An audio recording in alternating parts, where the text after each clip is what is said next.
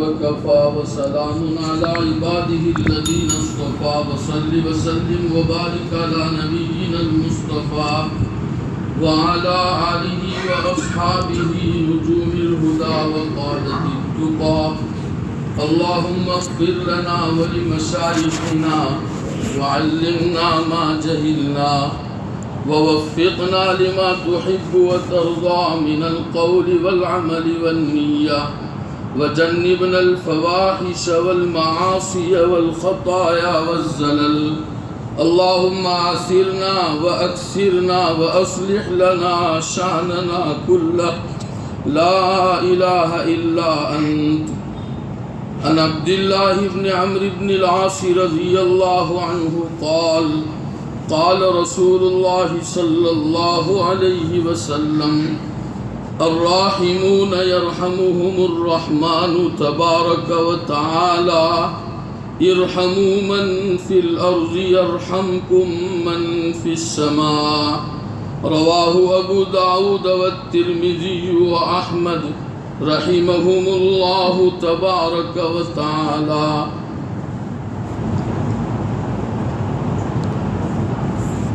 معزز حاضرین اور پس پردہ سننے والی ہماری عزیز طالبات اور مائیں اور بہنیں، ہمارے لیے بہت ہی زیادہ مسرت اور خوشی کا مقام ہے کہ ہم اپنی اس سرزمین پر قرآن و حدیث کا درس شروع کرنے جا رہے ہیں۔ یہ الگ بات ہے کہ مادیات اور دنیا کی محبت نے ہمارے اپنے قلوب پر تسلط جما لیا ہے، اس لیے ہمیں ان نعمتوں کی قدر نہیں ہے۔ اللہ رب العزت والجلال ہمیں ان نعمتوں کی صحیح قدر و منزلت نصیب فرمائے۔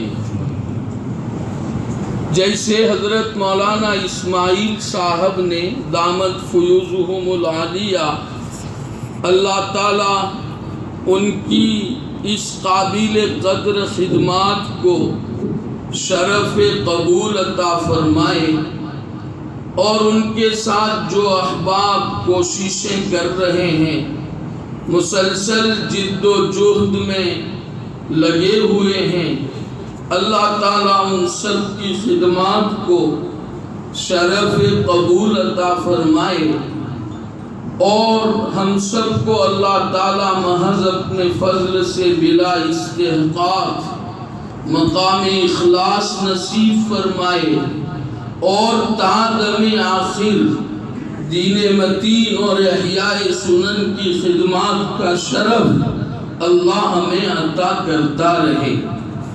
حضرت مولانا اسماعیل صاحب نے ابھی مختصر لیکن بہت جامع تمہیدی کلمات میں یہ بات بھی واضح فرمائی کہ ہمارے حضرت اکابر کے منظور نظر اور امت کے درد مند اور فکر مند حضرت مولانا محمد اسماعیل صاحب بھوٹا دامت فیوزہم العالیہ نے اس مدرسے کی سرپرستی فرمائی۔ حقیقت یہ ہے کہ اللہ تعالیٰ نے حضرت سے دین کی بے شمار خدمت لی ہے۔ ہم سب دعا کرتے حضرت کے لیے کہ اللہ تعالیٰ حضرت کے سائے عاطفت کو ہم پر تا دیر بعافیت قائم و دائم فرمائے، اور اللہ تعالیٰ حضرت کو ہر لائن کی عافیتیں، سلامتیاں، مسرتیں، سہولتیں، سعادتیں نصیب فرمائے، اور جو خدمات حضرت نے کی ہے اللہ ان خدمات کو شرف قبول عطا فرمائے، اور حضرت کے لیے نجات کا ذریعہ بنائے، اور یہ جو سلسلہ خدمت دین ہے اللہ تعالیٰ آپ کی نسلوں میں بعافیت اس کو جاری اور ساری فرمائے، اور ہم سب کو اللہ تعالی اپنے اکابر سے محبت اور عقیدت نصیب فرمائے۔ یہ الگ بات ہے کہ ہمیں اپنے اکابر کے ساتھ عقیدت کا تعلق تو ہوتا ہے لیکن محبت کا تعلق نہیں ہوتا۔ ہمیں چاہیے کہ ہم اپنے اکابر کے ساتھ صرف عقیدت کا تعلق نہ رکھیں بلکہ محبت کا تعلق رکھیں۔ آپ کہیں گے عقیدت اور محبت کے تعلق میں کیا فرق ہے؟ اس کو مختصراً آپ یہ سمجھ لیجئے کہ جب ہمیں کسی کے ساتھ عقیدت ہوتی ہے کہ یہ بہت اللہ والے ہیں اور بہت عبادت گزار ہیں، شریعت اور سنت کے یہ بہت پابند ہیں، یہ اس کا نام ہے عقیدت۔ جب ہمیں عقیدت ہوتی ہے کسی سے اور اس اللہ والے سے اگر کوئی کام ہم ایسا دیکھتے ہیں جس کو ہم اپنی سمجھ کے مطابق غلط تصور کرتے ہیں، غلط ہے یا نہیں ہے اس کا فیصلہ تو علمی دنیا میں جا کے کرنا پڑتا ہے۔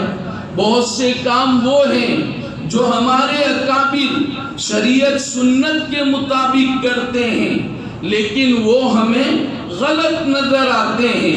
یہ ہمارا قصور ہوتا ہے، ہماری علمی اور تحقیقی کمی ہوتی ہے۔ اس لیے میں کہا کرتا ہوں جہاں بھی جاتا ہوں، کسی اللہ والے پر، عالم دین پر بغیر تحقیق کے ہمیں کوئی الزام عائد نہیں کرنا چاہیے۔ قسطلانی علیہ الرحمہ نے امام مالک علیہ الرحمہ کے دور کا ایک واقعہ لکھا ہے۔ ہمارے سلسلہ عالیہ کے شیخ کبیر اور محدث اعظم حضرت مولانا محمد یونس صاحب جونپوری رحمہ اللہ علیہ رحمتاً واسعہ نے ایک مجلس میں وہ واقعہ ارشاد فرمایا۔ امام مالک رحمت اللہ علیہ کے دور میں ایک عورت کا انتقال ہو گیا۔ نہلانے والی عورتیں غسل دے رہی تھی کہ ایک غسل دینے والی عورت کا ہاتھ اس کی ران کے ساتھ چپک گیا، اب وہ جدا نہیں ہوتا ہے۔ امام مالک رحمت اللہ علیہ کو بتایا گیا کہ حضرت اس طرح کا واقعہ پیش آیا ہے، آپ تشریف لائے تاکہ کوئی حل نکل جائے۔ چنانچہ امام مالک نور اللہ مرقدہ وبرد مضجعہ واسکنہ بحبوحۃ جنانہ تشریف لائے، پس پردہ کھڑے ہوئے اور کھڑے ہو کر اس عورت سے پوچھا، تم نے اس مردہ عورت کے متعلق کوئی غلط یا نامناسب بات کہی ہے؟ تو وہ عورت کہنے لگی، جی ہاں، میری زبان سے اس طرح کے کلمات نکلے تھے کہ یہ بہت بری عورت تھی۔ کہا یہی وجہ ہے کہ یہ ہاتھ چپک گیا ہے۔ حضرت شیخ نور اللہ مرقدہ نے یہ واقعہ سنانے کے بعد بڑی عجیب بات ارشاد فرمائی جو ہم سب کے لیے باعث عبرت ہے۔ حضرت شیخ نے فرمایا، ایک عام عورت کی غیبت کرنے پر اور اس کو برا بھلا کہنے پر جب اس عورت کا ہاتھ چپک جاتا ہے تو اگر کوئی عالم دین کو برا کہے گا جو حضور اکرم صلی اللہ تعالی علیہ وسلم کے وارث ہیں، کوئی اللہ تعالیٰ کے نیک بندے کو برا بھلا کہے گا، اسے رسوا کرے گا، تو اس کا انجام کیا ہوگا اللہ تعالیٰ کے یہاں وہ خود سوچ لے کہ اس کا کیا حشر ہوگا۔ ہمارے حضرت گنگوہی نور اللہ مرقدہ کے ملفوظات میں یہ جملہ لکھا ہوا ہے۔ حضرت گنگوہی فرمایا کرتے تھے کہ جو کسی عالم دین سے بدظن ہوتا ہے آپ اس کی قبر کھول کر دیکھ لیجئے، اس کا چہرہ قبلے سے پھر جاتا ہے۔ اس لیے مسلمانوں، میں بہت دل سے آپ حضرات کو یہ درخواست کرتا ہوں، کسی عالم دین کو کبھی برا بھلا نہ کہے۔ اللہ کے نیک بندے اور علماء یہ تو نبی کی سیرت پر ہوتے ہیں صلی اللہ علیہ وسلم، وہ تو سہ جاتے ہیں، برداشت کر لیتے ہیں، صبر کر لیتے ہیں۔ وہ تو سمجھتے ہیں کہ ان کے ساتھ انتقام لے کر کیا فائدہ۔ وَإِذَا خَاطَبَهُمُ الْجَاهِلُونَ قَالُوا سَلَامًا، وہ ان سے کنارہ کش ہو جاتے ہیں، لیکن ان کے دل سے جو آہ نکلے گی تو صرف ہم نہیں، ہماری نسلیں بھی برباد ہو جائے گی، تباہ ہو جائے گی۔ اس لیے علماء اور اللہ والوں کو کم از کم محبت کی نظر سے دیکھا کرو۔ ان جامعات کو جہاں قرآن و سنت کی تعلیم ہوتی ہے، ان کو محبت کی نظر سے دیکھا کرو، کسی طرح کی کوئی بدظنی اپنے دلوں میں نہ لاؤ۔ تو میں یہ کہہ رہا تھا کہ عقیدت جب کسی کے ساتھ ہوتی ہے، محبت نہیں ہوتی۔ اس سے جب کوئی سنت چھوٹ جاتی ہے تو آدمی فوراً بدظن ہو جاتا ہے کہ ہم تو سمجھتے ہیں یہ سنت کے پابند ہیں، یہ اللہ والے ہیں، اور سنتوں کا اہتمام تو ان کی اپنی زندگی میں ہے نہیں۔ فوراً آدمی بدظن ہو گیا۔ اور جب محبت کا تعلق ہوتا ہے تو آدمی بدظن نہیں ہوتا، ہمیشہ خوبیاں دیکھتا ہے کہ ہمارے حضرت میں، ہمارے بڑے میں، ہمارے عالم میں یہ خوبیاں ہے۔ اس کی عقیدت بڑھتی جاتی ہے اور اللہ تعالیٰ قلب میں جو نسبت کا نور ہوتا ہے اسے ہماری طرف منتقل کر دیتا ہے۔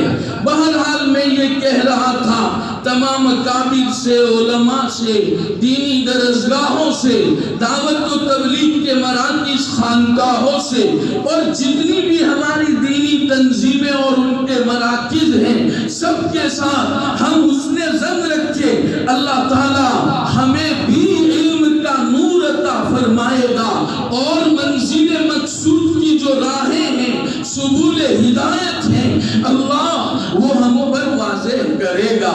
بہرحال یہ دو کتابوں کی عبارت پڑھی گئی ہے، ایک تو جلالین شریف کی عبارت پڑھی گئی ہے، میرے سامنے عامی مجمع بھی ہے۔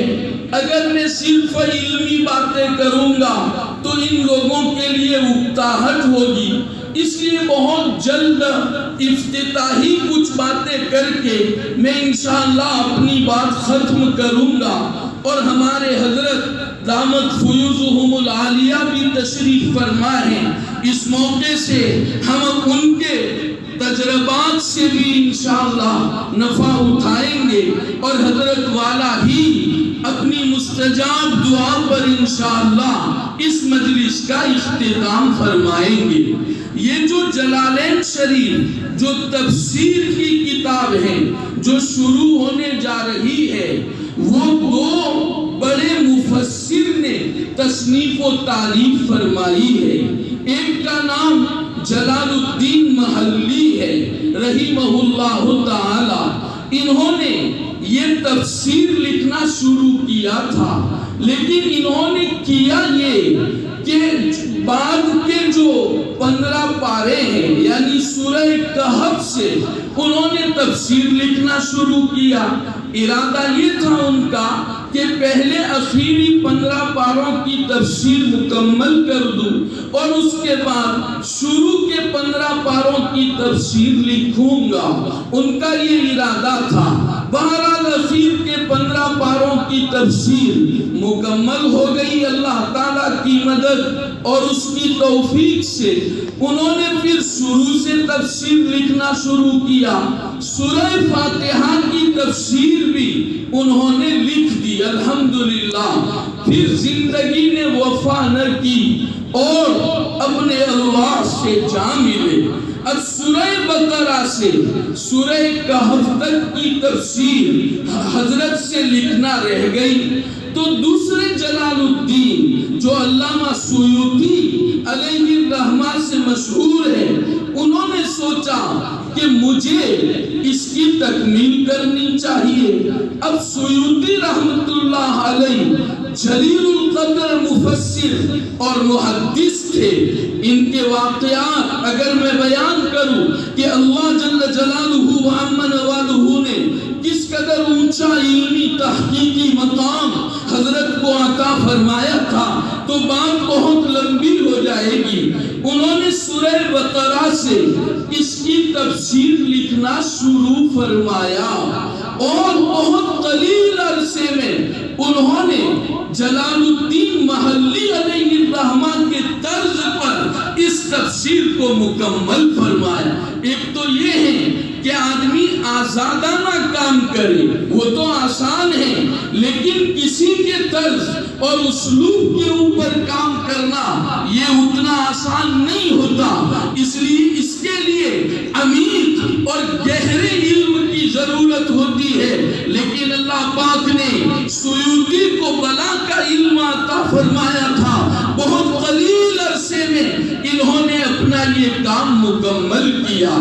انہوں نے جو قرآن مجید کی تفسیر فرمائی ہے اور قرآن کریم کی آیات کے معانی اور مفاہیم کو واضح کرنے کے لیے جس عبارت کا سہارا لیا ہے، اس عبارت کو حل کرنے کے لیے کئی علوم میں مہارت ضروری ہے، نحو میں، صرف میں، بلاغت میں، علم القراءات میں، کئی علوم میں جو آدمی ماہر ہو وہی اس تفسیر کو کما حقہ حل کر سکتا ہے۔ ویسے بھی قرآن مجید یہ تو بحر العلوم ہے۔ قرآن مجید میں اللہ رب العزت نے وہ علوم رکھے ہیں جو قیامت تک ختم ہونے والے نہیں ہیں۔ خود ہمارے آقا محمد الرسول اللہ صلی اللہ علیہ وسلم نے ایک روایت میں ارشاد فرمایا ہے جو ترمذی شریف میں ہے، لا تنقضی عجائبہ، اس کے عجائبات کبھی ختم ہونے والے نہیں ہیں۔ تو خود قرآن مجید بحر العلوم ہے، اور پھر اتنے بڑے محققین نے جب اس کی وضاحت فرمائی ہے تو اب اس کو سمجھنے کے لیے بڑے علوم کی، بڑی محنتوں کی ضرورت ہوتی ہے۔ مثلا دیکھ لیجئے یہ جو قرآن مجید کی آیت ہے جس کو ہماری طالبہ نے پڑھا تھا، الف لام میم ذالک الکتاب لا ریب فیہ، اب قرآن مجید میں ذالک ہے اور ہمارے حضرت نے اس کی تفسیر میں فرمایا ای ھذا، تو ذالک اور کی تفسیر حضرت نے ھذا سے کیوں کی؟ کیا کوئی اشکال ہوتا ہے جس کا ہمارے حضرت نے اس تفسیر کے ھذا لا کر اس کا جواب دے دیا ہے؟ مطلب بڑے علوم کی ضرورت ہے، اور ہماری بنیادی ضرورت مسلمانوں قرآن مجید کو سمجھنا ہے۔ یہ اللہ تعالیٰ کا کلام ہے جو اس لیے نہیں آیا صرف کہ خالی اس کی تلاوت کر دی جائے، اس سے برکت حاصل کر لی جائے۔ بے شک قرآن مجید کی تلاوت بہت بڑے اجر و ثواب کا اور بڑی برکتوں کا، رحمتوں کا ذریعہ ہے۔ اللہ امت مسلمہ کو قرآن مجید سے تعلق نصیب فرمائے۔ حقیقت یہ ہے کہ ہم قرآن مجید کو چھوڑ کر رسوا ہوئے ہیں۔ جب یہ امت قرآن مجید سے وابستہ ہوگی، قرآن مجید کو اپنے سینے سے لگائے گی، اللہ اس قرآن کی برکت سے اس امت کو رفعتیں عطا فرمائے گا۔ تو ہمارا ایک بہت بڑا جرم، بہت بڑی کوتاہی یہ ہے کہ قرآن مجید کو سمجھنے کی ہم نے کبھی کوشش کیا کی، بلکہ کبھی خیال تک نہیں آیا کہ اللہ کے کلام کو سمجھے، اللہ کا کلام ہم سے کیا کہہ رہا ہے۔ ہماری جو طالبات اور معلمات ہیں، میں ان سے بھی درخواست کرتا ہوں قرآن مجید کو بہت اچھی طرح سمجھے اور اللہ کے کلام پر جو بیجا اعتراضات کیے جاتے ہیں، خامخواہ کے اشکالات کر کے لوگوں کے دلوں میں کلام اللہ اور اسلامیات کے سلسلے میں جو شکوک و شبہات پیدا کیے جاتے ہیں، ان شکوک و شبہات کو انشاءاللہ ہم ڈھیر کریں گے۔ اس نیت سے قرآن مجید کو سمجھے۔ اللہ تعالیٰ نے جو احکام بیان فرمائے ہیں، ان احکام کی حکمتیں اور مصلحتیں کیا ہے، یہ بات اچھی طرح سمجھ لیجئے کہ جتنے احکام اسلامیہ ہیں ان کا مدار مصلحت پر نہیں ہے، ان کا مدار علت پر ہے، لیکن ہمارے علماء نے اس کے مصالح بھی ارشاد فرمائے ہیں۔ آج امت کو یہ سمجھانے کی ضرورت ہے کہ جو دین اللہ نے ہمیں عطا فرمایا ہے، جو نورانی طریقہ زندگی اللہ نے ہمیں نصیب فرمایا ہے، اس میں کتنی کتنی حکمتیں اور کتنی مصلحتیں ہیں۔ ضرورت ہے کہ ہم حجت اللہ البالغہ کا مطالعہ کریں، رحمت اللہ الواسعہ کو اچھی طرح سمجھے اور اسی کے تناظر میں قرآن کریم کو سمجھنے کی ہم کوشش کریں۔ اس کی بہت زیادہ ضرورت ہے۔ مثلا ایک بات چلتے چلتے قرآن مجید کے متعلق سمجھاتا ہوں، پھر انشاءاللہ ہم مشکات المصابیح کے متعلق کچھ بات کرتے ہیں۔ حضرت ابراہیم علی نبینا وعلیہ الصلوات والتسلیم کے باب میں قرآن مجید میں اللہ پاک نے ارشاد فرمایا، انی جاعلک للناس اماما، ہم آپ کو لوگوں کا امام بنائیں گے، مقتدا بنائیں گے، پیشوا بنائیں گے۔ قرآن مجید نے یہ کہا۔ حضرت ابراہیم علیہ السلام نے کیا فرمایا؟ قال ومن ذریتی، اے اللہ میری ذریت کو بھی آپ امام اور مقتدا بنائیے۔ معلوم ہوا کہ انبیاء کرام علیہم الصلوات والتسلیم کے نگاہوں میں لوگوں اور امت کا نفع ہوتا ہے، ان میں اعلیٰ درجے کی تواضع، فنائیت، عبدیت اور انکسار ہوتا ہے۔ میں اکیلا نہیں، میرے اللہ میری ذریت کو بھی امام بنا دیجئے۔ اب ذریت میں فرما بردار بھی ہے، نافرمان بھی ہے، تو اللہ نے آگے فرمایا لا ینال عہد الظالمین، جو لوگ ظالم ہیں، کفر و شرک میں مبتلا ہے، نافرمان ہیں، ان کو یہ فضیلت نہیں مل سکتی۔ تو اس موقع پر نافرمانوں کے لیے اللہ رب العزت نے منع کر دیا کہ ان کے لیے یہ نعمت نہیں ہے۔ آگے اللہ پاک نے حضرت ابراہیم علیہ السلام کی ایک اور دعا نقل فرمائی، رب اجعل ھذا بلدا آمنا وارزق اہلہ من الثمرات من آمن منہم باللہ والیوم الآخر۔ چونکہ وہاں اللہ نے کہا تھا روحانی نعمت نافرمانوں کو نہیں ملے گی، اس لیے اجتہاد کیا حضرت ابراہیم علیہ السلام نے اور فرمایا دنیا کی نعمتیں بھی، مادیات اور کھانے پینے کی جو نعمتیں ہیں، اے اللہ ہمیں اور ایمان والوں کو عطا فرمائیے۔ یہاں عام لوگوں کا نام نہیں لیا، اجتہاد فرمایا حضرت ابراہیم علیہ السلام نے کہ وہاں ظالمین کے لیے منع کیا گیا ہے اور یوں کہا گیا ہے نافرمانوں کے لیے نہیں ہے، تو یہاں فرمایا ایمان والوں کو کھانے پینے کی چیزیں عطا کیجئے۔ تو اللہ نے فرمایا قال ومن کفر فأمتعه قلیلا ثم اضطره الى عذاب النار وبئس المصیر، کہ یہ مادی نعمتیں صرف ایمان والوں کو نہیں، ہم ظالمین اور کفار کو بھی عطا کریں گے۔ گویا اللہ پاک نے حضرت ابراہیم علیہ السلام کی اس عمل اور اس دعا کی وساطت سے ہمیں دو باتیں سمجھائی ہے کہ اجتہاد یہ شروع سے چلا آ رہا ہے اور اللہ تعالیٰ نے اس امت میں بھی اجتہاد کو باقی رکھا ہے، اور اجتہاد بڑی ضرورت ہے۔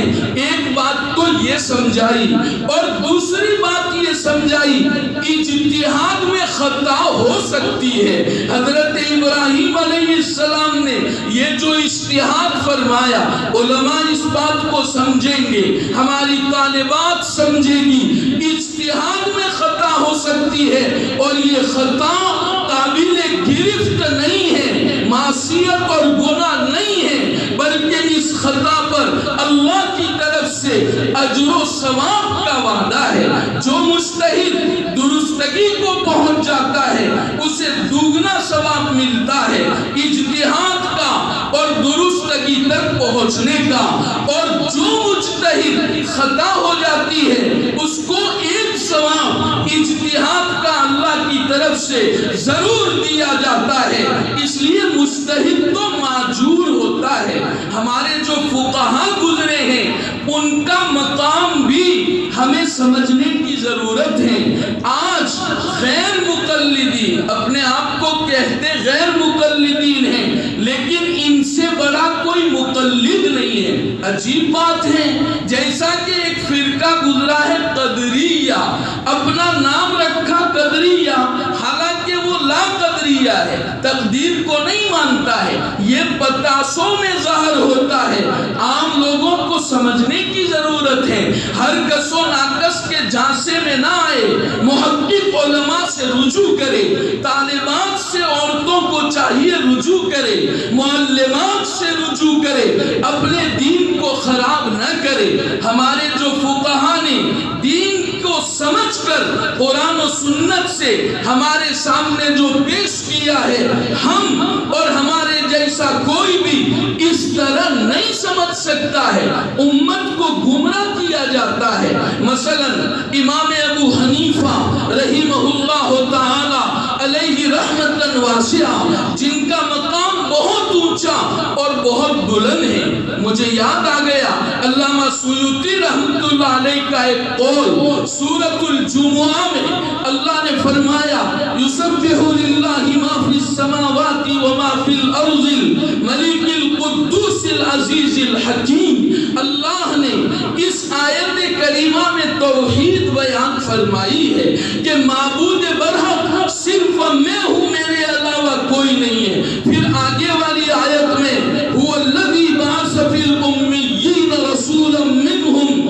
یتلو علیہم آیاتہ ویزکیہم ویعلمہم الکتاب والحکمہ وإن كانوا من قبل لفی ضلال مبین۔ اس آیت کریمہ میں حضور اکرم صلی اللہ علیہ وسلم کا مقام اور آپ کی رفعتیں ذکر کی گئی ہے کہ امام الانبیاء خاتم النبیین والمرسلین ہیں۔ اللہ تعالیٰ نے سلسلہ نبوت کی تکمیل امام الانبیاء سے فرمائی ہے۔ پھر آگے ہے وآخرین منہم لما یلحقوا بہم۔ یہ آخرین سے کون مراد ہے؟ دوسرے وہ لوگ جو ابھی آئے نہیں ہیں، ان سے ملنے والے ہیں، کون مراد ہے؟ امام بخاری رحمہ اللہ تعالیٰ نے کتاب التفسیر میں وآخرین منہم لما یلحقوا بہم کے ضمن میں ایک روایت نقل فرمائی ہے جس میں یہ ہے کہ اس سے وہ لوگ مراد ہیں جو عربی نہیں ہوں گے، لیکن اللہ نے ان کو وہ صلاحیت اور وہ استعداد، وہ جذبہ اور وہ حوصلہ اللہ نے ان کو عطا فرمایا ہوگا کہ اگر ایمان سوریا پر ہوگا تو وہاں سے بھی یہ ایمان کو لے آئیں گے۔ روایت میں رجال کا لفظ بھی آیا ہے اور رجل کا لفظ بھی آیا ہے۔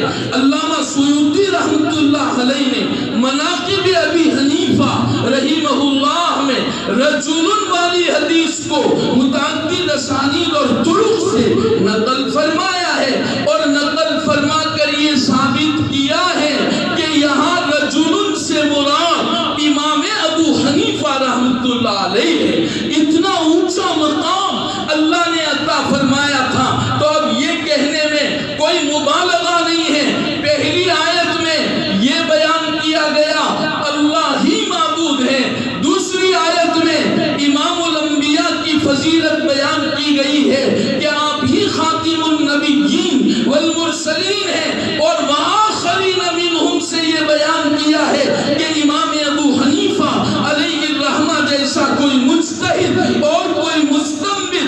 امت میں پیدا نہیں ہوگا۔ اگر سیوطی کی بات مد نظر رکھیں تو یہ بات اس سے ثابت ہو جاتی ہے، اور اللہ نے بڑا اونچا مقام دیا تھا۔ مجھے یاد آ گیا امام اوزاعی نور اللہ مرقدہ ایک مرتبہ بغداد تشریف لے گئے۔ امام ابو حنیفہ علیہ الرحمہ وہی قیام فرما تھے، تو امام اوزاعی کے شاگردوں میں سے ایک شاگرد حضرت امام ابو حنیفہ کا مداح تھا، عقیدت مند تھا۔ تو امام اوزاعی سے کہا اس شاگرد نے کہ حضرت جب ہم یہاں آ گئے ہیں تو ابو حنیفہ سے مل لینا چاہیے۔ امام اوزاعی رحمت اللہ علیہ کے سامنے ایک مرتبہ کسی نے کہا تھا کہ ابو حنیفہ قیاس کرتا رہتا ہے، نصوص سے کوئی مطلب نہیں ہے۔ امام اوزاعی نے بھی کچھ اس طرح کی بات کہہ دی تھی، تو بہرحال وہ خادم نے دیکھا موقع اچھا ہے، میرے استاد اوزاعی کو وہاں لے جانا چاہیے۔ امام اوزاعی سے کہا حضرت چلیے، فرمایا چلتے ہیں، اس لیے کہ ان کے دلوں میں نفرتیں نہیں ہوا کرتی تھی، ان کا اختلاف امت کے نفع کے لیے ہوتا تھا، ان کے دل پاک اور صاف ہوتے تھے۔ اللہ جل جلالہ وعم نوالہ صفائی قلب کی نعمت سے ہم سب کو سرفراز فرمائے۔ ضرورت ہے ہم اپنے قلب کا تصفیہ کریں، ہم دوسروں کو آگے کریں اور اپنا نام پیچھے کریں۔ ہمارے اکابر کے واقعات اب اس موقع سے تمہیں کیا سناؤ، قرآن و سنت کی رہنمائیاں بے شمار ہمارے پاس ہیں کہ جس سے ہمیں اس کی دعوت دی جاتی ہے۔ اللہ تعالیٰ اپنے دین کی خدمت کے لیے کسی کا محتاج نہیں ہے۔ ہم اگر چاہتے ہیں کہ اللہ ہمیں قبول فرمائے، ضرورت ہے ہم اپنے دلوں میں اخلاص پیدا کریں۔ ایک دوسروں کی طرف سے جو نفرتیں ہیں وہ ہم اپنے دل سے ختم کریں۔ تو بہرحال تشریف لے گئے امام اوزاعی رحمت اللہ علیہ، وہاں مسائل پر گفتگو ہو رہی تھی، تو خیار رویت کا ایک مسئلہ تھا۔ علماء سمجھیں گے خیار رویت ملتا ہے مبی کو دیکھنے کا اختیار، خیار رویت پر بات ہو رہی تھی، تو حضرات صاحبین یہ فرما رہے تھے، امام محمد اور امام ابو یوسف رحمہم اللہ تبارک و تعالی، کہ اس کے لیے کوئی مدت طے نہیں ہے، جو بھی بائیں اور مشتری طے کر لے، 10 دن ہو، مہینہ ہو، 2 مہینے ہو، بس مدت کی تعین ہونی چاہیے۔ ان کا یہ مذہب تھا۔ امام ابو حنیفہ رحمت اللہ علیہ نے فرمایا نہیں، خیال رویت صرف 3 دن کے لیے ہے، اس سے زیادہ کے لیے نہیں ہے۔ دلیل کیا؟ پہلے تو روایت ذکر فرمائی اپنی سند سے جو حضرت عبداللہ ابن مسعود رضی اللہ تعالیٰ عنہ سے مروی ہے۔ حضور اکرم صلی اللہ علیہ وسلم نے ارشاد فرمایا ہے خیار رویت 3 دن ہے۔ پہلے تو یہ روایت پیش فرمائی، پھر ایک دوسری روایت سے یہ مسئلہ مستنبط فرمایا۔ امام اوزاعی وہاں تشریف فرمائی تھے۔ دوسری ایک روایت ترمذی شریف اور دیگر کتابوں میں بھی ہے کہ تم کسی مسلمان بھائی سے 3 دن تو اعراض کر سکتے ہو، ترک تعلق کر سکتے ہو، 3 دن سے زیادہ ترک تعلق کی گنجائش نہیں ہے۔ تو امام ابو حنیفہ نے استدلال فرمایا، اس کا مطلب یہ ہوا کہ 3 دن میں تو آدمی کو حق سمجھ میں آ جاتا ہے، اور جو کیفیت ہوتی ہے فریق مخالف کی طرف سے وہ کیفیت ختم ہو جاتی ہے۔ تو امام صاحب نے فرمایا اس سے یہ سمجھ میں آتا ہے کہ 3 دن میں تو آدمی دیکھ کر اچھی طرح فیصلہ کر سکتا ہے کہ مجھے رکھنا ہے یا نہیں رکھنا۔ اس لیے اس روایت سے بھی معلوم ہوتا ہے خیار رویت 3 دن ہی ہونا چاہیے۔ جب یہ دیکھا امام اوزاعی نے کہ یہ تو اتنا بڑا آدمی ہے اور لوگ اس کے متعلق کیا بات کرتے ہیں، مجلس ختم ہو گئی، کھڑے ہو گئے، پیشانی کو بوسہ دیا اور فرمایا ابو حنیفہ مجھے معاف کر دیجئے۔ فرمایا حضرت میرے اور آپ کے درمیان تو کوئی مسئلہ ہی نہیں ہے، آپ کو معاف کرنے کا کیا مطلب؟ کہا نہیں مجھے معاف کر دیجئے۔ کہا ہوا کیا تھا؟ کہا ایک آدمی نے کہا تھا کہ آپ صرف قیاس چلتے ہیں، میں نے بھی آپ کے متعلق کچھ اس طرح کی بات کہہ دی تھی۔ فرمایا حضرت آپ کو حق تھا، اس لیے کہ آپ کو ایسی ہی بات پہنچائی گئی تھی، یہ آپ کی غلطی نہیں ہے جو آپ نے فرمایا۔ دیکھیے ہمارے اکابر کا معاملہ دیکھیے، اب یہ مختصر وقت میں کیا بیان کر سکتا ہوں، بہرحال فرمایا معاف کر دیجئے۔ تو امام ابو حنیفہ نے فرمایا معاف کرنے کی ضرورت نہیں ہے، معافی ہو ہی گئی ہے۔ کہا وہ کیسے ہوئی؟ کہا ترمذی شریف کی ایک روایت ہے، یعنی میں کہتا ہوں ترمذی کی ہے، وہ امام ابو حنیفہ نے سنائی رحمہ اللہ تعالی کہ جب دو مسلمان آپس میں ملتے ہیں محبت کے ساتھ اور مصافحہ کرتے ہیں، اللہ ان کی مغفرت کر دیتے ہیں۔ امام اوزاعی تو اور جھوم اٹھے کہ یہ اللہ کا بندہ نصوص پر کتنی گہری نظر رکھتا ہے کہ اس موقع سے یہ روایت بھی ان کے ذہن میں آتی ہے۔ بہرحال فقہاء کا بھی مقام ہم سمجھے، مفسرین کا بھی مقام سمجھے، محدثین کا بھی مقام سمجھے، اور اہل غیرے کے جھانسے میں آ کر اپنا دین بالکل برباد نہ کرے۔ تو بہرحال قرآن مجید کے تعلق سے تو صرف مجھے اتنی ہی بات کرنی ہے، یہ بحر العلوم ہے، اور ہمارے ان دو اکابر نے قرآن مجید کو بہت عجیب و غریب انداز سے کھولا ہے۔ جو لوگ پڑھتے ہیں، جن کو اللہ تعالیٰ نے محنت کا شوق عطا فرمایا ہے، جب اندر کے حقائق و دقائق کھلتے ہیں تو ان کی طبیعتیں اش کر جاتی ہے۔ ہمارے لیے بھی بڑی سعادت کی بات ہے کہ الحمدللہ ہمارے یہاں اس کا درس شروع ہوا، اس کی برکت سے انشاءاللہ اللہ بستی پر خیر و برکتیں نازل فرمائیں گے۔ جو بدعات، خرافات، رسومات ہماری بستی میں جاری ہے، میں امید کرتا ہوں اللہ اس کے درس کی برکت سے وہ بدعات اور خرافات مٹائے گا، اور شرکیات امت سے مٹیں گے انشاءاللہ تعالی۔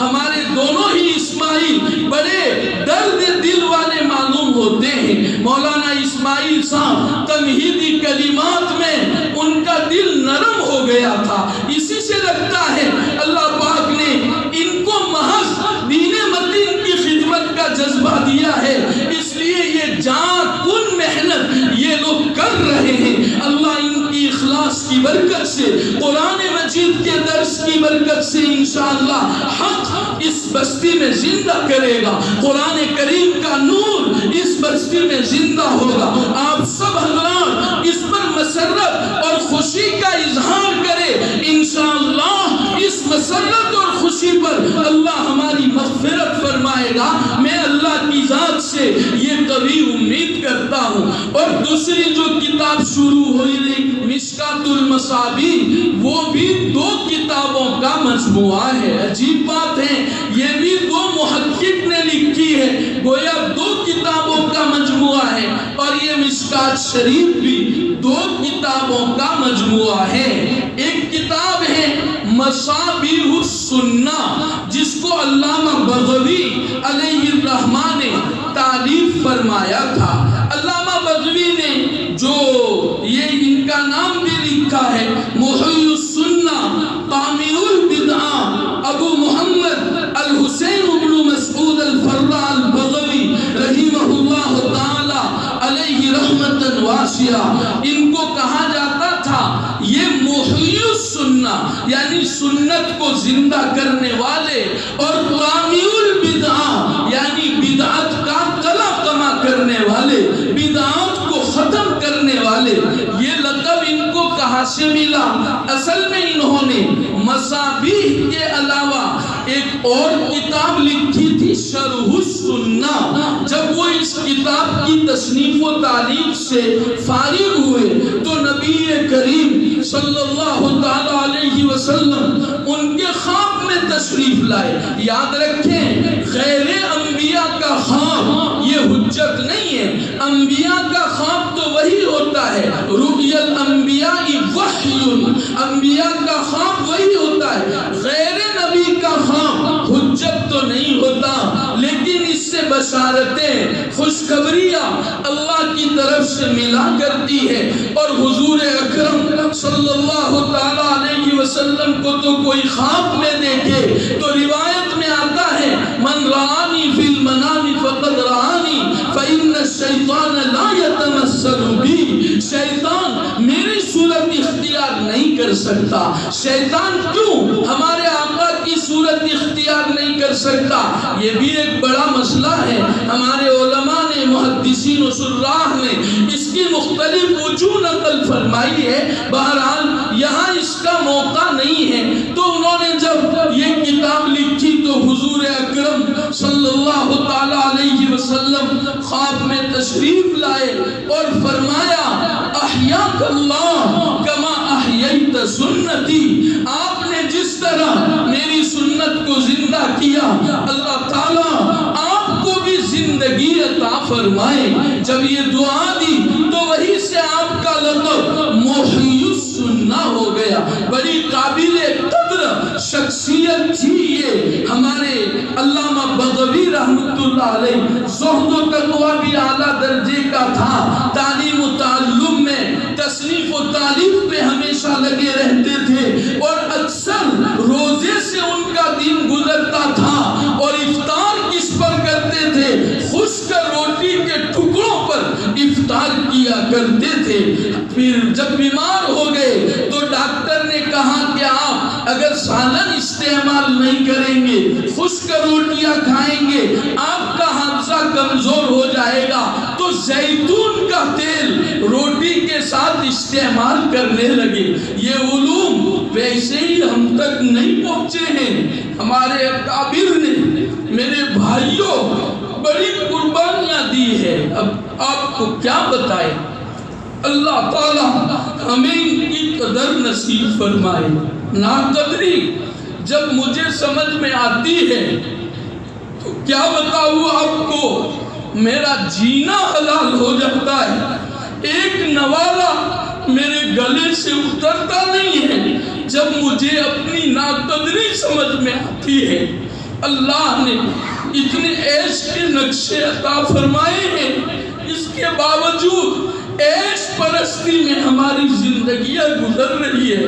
امت کی کوئی فکر، ان امانتوں کو نسلوں تک پہنچانے کا کوئی اہتمام آج ہماری اپنی زندگی میں نہیں ہے. ہم حضور اکرم صلی اللہ علیہ وسلم کو کیا اپنے ان اکابر کو بھی منہ دکھانے کے قابل ہو جائے تو ظاہر قسمت ہے. اللہ ہمیں ان کی قدر نصیب فرمائے. میں ہماری طالبات اور معلمات سے بھی کہتا ہوں اپنی قسمت پر ناز کرو. اللہ نے ان علوم کے ساتھ تمہیں جوڑا ہے. یہ اتنی بڑی نعمت ہے کہ اس سے بڑھ کر اس دنیا میں کوئی نعمت نہیں ہے ایمان کے بعد. اپنی قسمت پر ناز کرو، اپنی قسمت پہ فخر کرو اور احساس ذمہ داری اپنے اندر پیدا کرو. ٹھوس محنت کرو اور موجودہ دور میں جس طرح باطل کا کما کرنے کے لیے جس طرح کی صلاحیتیں درکار ہیں وہ صلاحیتیں اپنے اندر پیدا کرنے کی بھرپور کوشش کرو. اللہ نے کتنی آسانی کے ساتھ ہمارے لیے تحصیل علوم نبوت کے مواقع فراہم فرمائے ہیں. اللہ ہمیں اس کی قدر نصیب فرمائے. واقعتاً ایک سنت کا احیاء یہ بہت بڑے اجر و ثواب کی چیز ہے. روایت میں آتا ہے من احیا بسنتی عند فساد امتی فلہ اجر مئۃ شہید او کما قال صلی اللہ علیہ وسلم. میری ایک سنت کو میری امت کے بگاڑتے وقت اگر کوئی زندہ کرے گا اللہ اللہ 100 شہیدوں کا اجر و ثواب اس کو عطا فرمائے گا۔